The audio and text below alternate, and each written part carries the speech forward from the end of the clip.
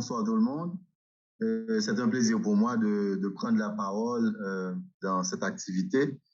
Donc, je me sens honoré d'avoir été choisi pour intervenir dans ces débats, pour parler des forces vives et compétences locales en Haïti, produire, s'associer le chemin vers la souveraineté. Moi-même, par rapport à ce sujet, j'ai choisi de vous parler plutôt des systèmes alimentaires et la souveraineté alimentaire. Donc, comme à travers les systèmes alimentaires et la souveraineté alimentaire, il y a beaucoup de sujets qui englobent toutes vos préoccupations. Donc, c'est pourquoi j'ai choisi de vous parler des systèmes alimentaires et souveraineté alimentaire. Là, je rencontre des petites difficultés pour partager mon écran. J'y arrive pas, je ne sais pas ce qui se passe. Est-ce que tu as trouvé le bouton en bas de l'écran? Il y a un bouton écran partagé. Oui, ah, ok, là, c'est bon. C'est bon, je l'ai maintenant. Bon. Ok. Ah, ça arrive. Donc voilà, c'est...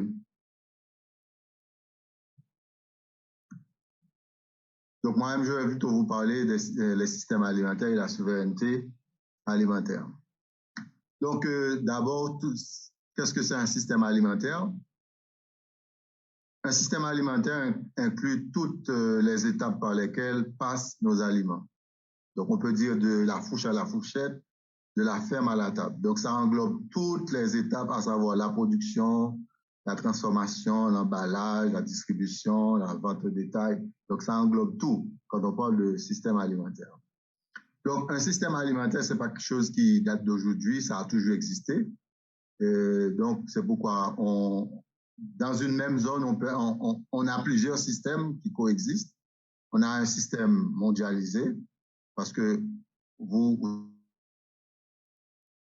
avec le monde extérieur, le monde est un petit village, vous communiquez avec les autres pays.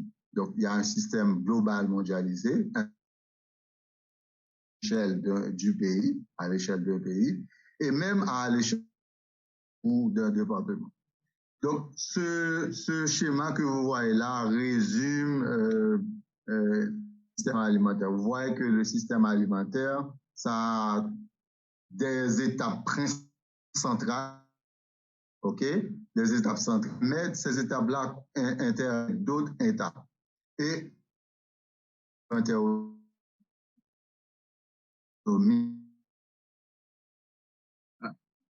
Problème de réseau, je crois. Events.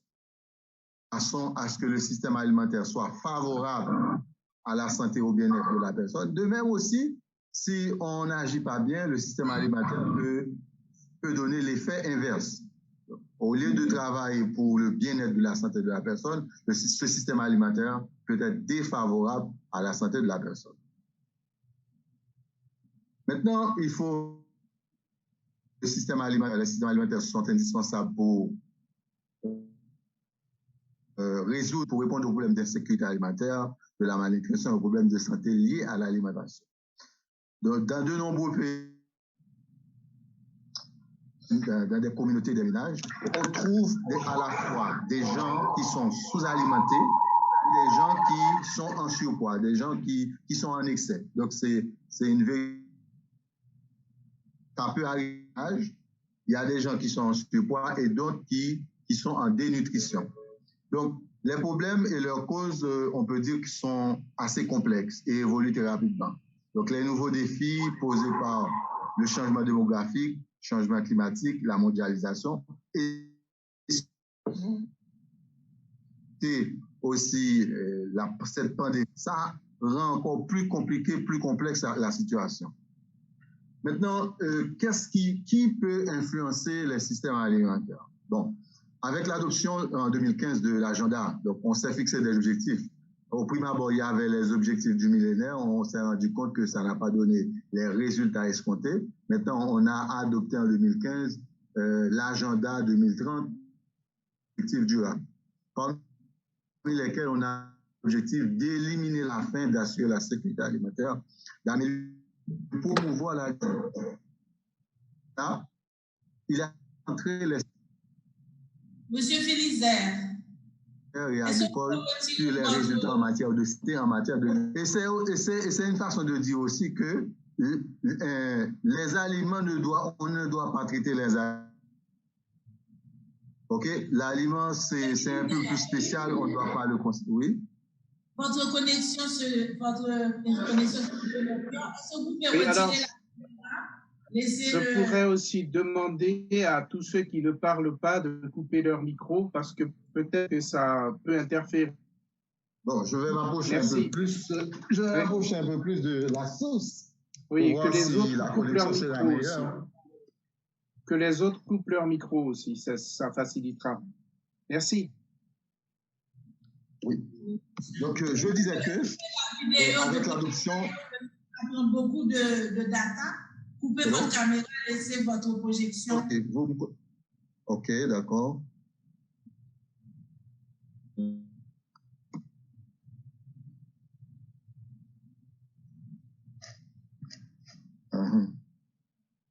Là, et en fait, là je dois couper la caméra, cette option-là. OK, d'accord. Continuez, allez-y. OK, voilà. Oui, donc, alors, avec l'adoption. Avec l'adoption de l'agenda. Les autres participants peuvent aussi couper leur caméra, sauf les conférenciers et intervenants. Merci.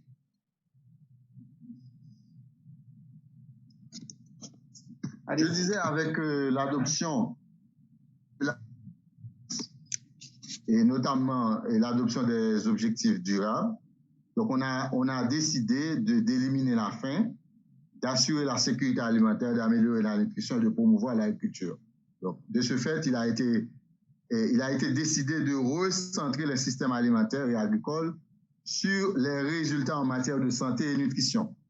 Donc, les gouvernements ont un rôle clé à jouer. Donc, c'est pour montrer que le rôle important que les gouvernements ont à jouer pour améliorer le système alimentaire.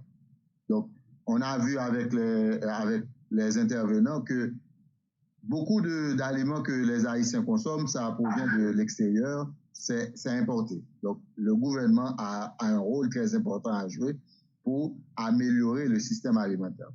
Et aussi, il y a aussi le secteur privé, la société civile, le monde universitaire, qui peut jouer un rôle clé en vulgarisant des connaissances pour arriver à créer des systèmes alimentaires sains, favorables à la santé.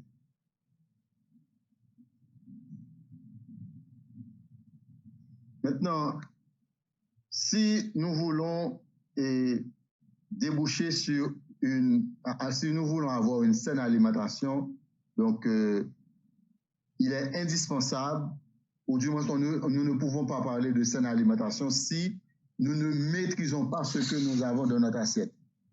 Nous ne pouvons pas parler de saine alimentation si nous ne produisons pas ce que nous mangeons. Donc c'est pourquoi je pense que la souveraineté alimentaire, c'est la seule voie qui s'offre à nos autres Haïtiens. Par exemple, on définit la souveraineté comme le droit des peuples à une alimentation saine, culturellement appropriée, produite avec des méthodes durables et le peuple de définir leur propre système alimentaire. Donc, la souveraineté alimentaire comporte 6 piliers. Donc, premier pilier, c'est... Donc, si on veut atteindre la souveraineté alimentaire, il faut 6 piliers. Le premier pilier, c'est priorité donnée à l'alimentation des populations, valoriser les producteurs d'aliments, c'est extrêmement important, systèmes locaux de production, renforcer le contrôle, construire des savoirs et savoir-faire, travailler en harmonie avec la nature. Donc, on va voir de chaque pilier de quoi il en est. Le premier pilier qui s'est donné...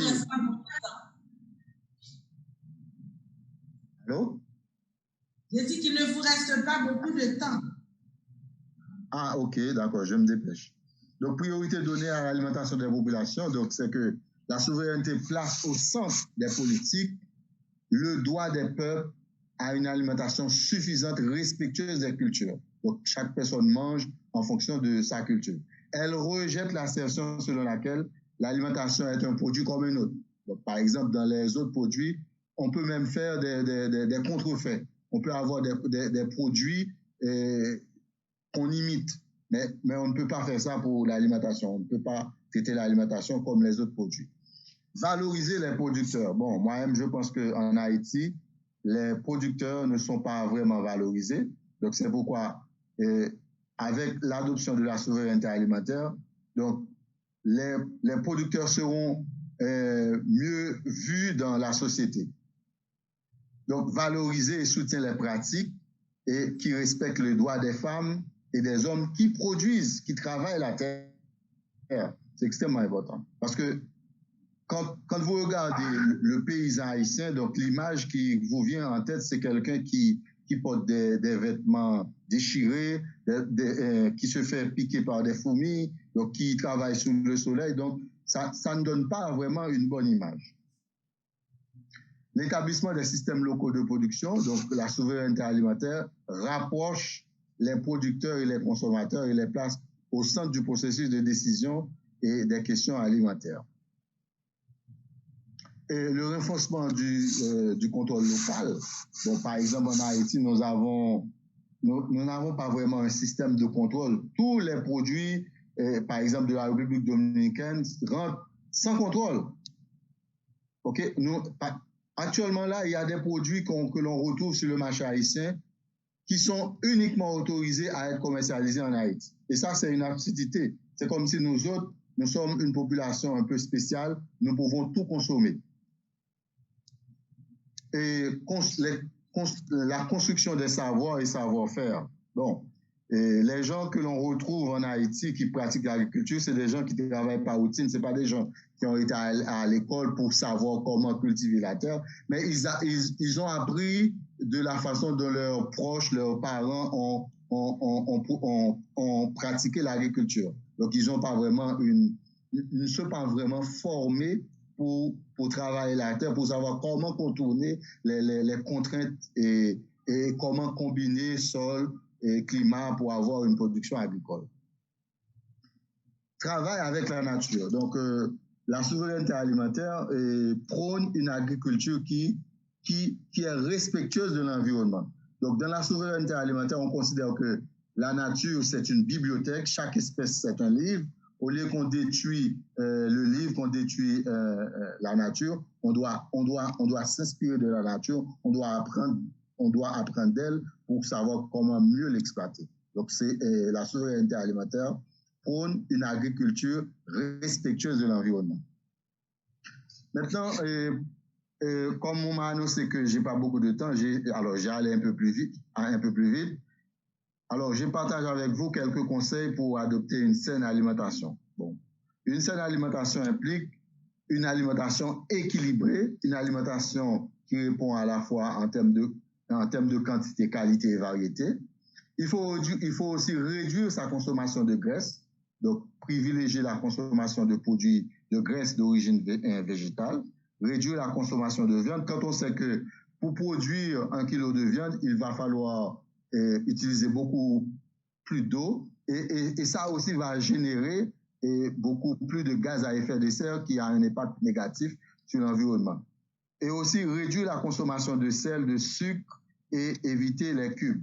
En Haïti, nous sommes à la recherche de goût, donc les gens n'hésitent pas à augmenter la quantité de sel dans les aliments et de sucre dans les boissons pour avoir le goût recherché. Et aussi, il faut consommer avec modération. Donc, c'est vrai que la FAO dit que nous avons assez de techniques, nous avons assez de technologies, nous avons assez de connaissances pour nourrir toute la population mondiale, mais la réalité, c'est qu'il y a plus d'1 milliard de gens qui souffrent de la faim, des gens qui meurent de la faim. Maintenant, si nous autres, nous consommons avec modération, le peu qu'il y en a, nous pouvons le partager avec les autres.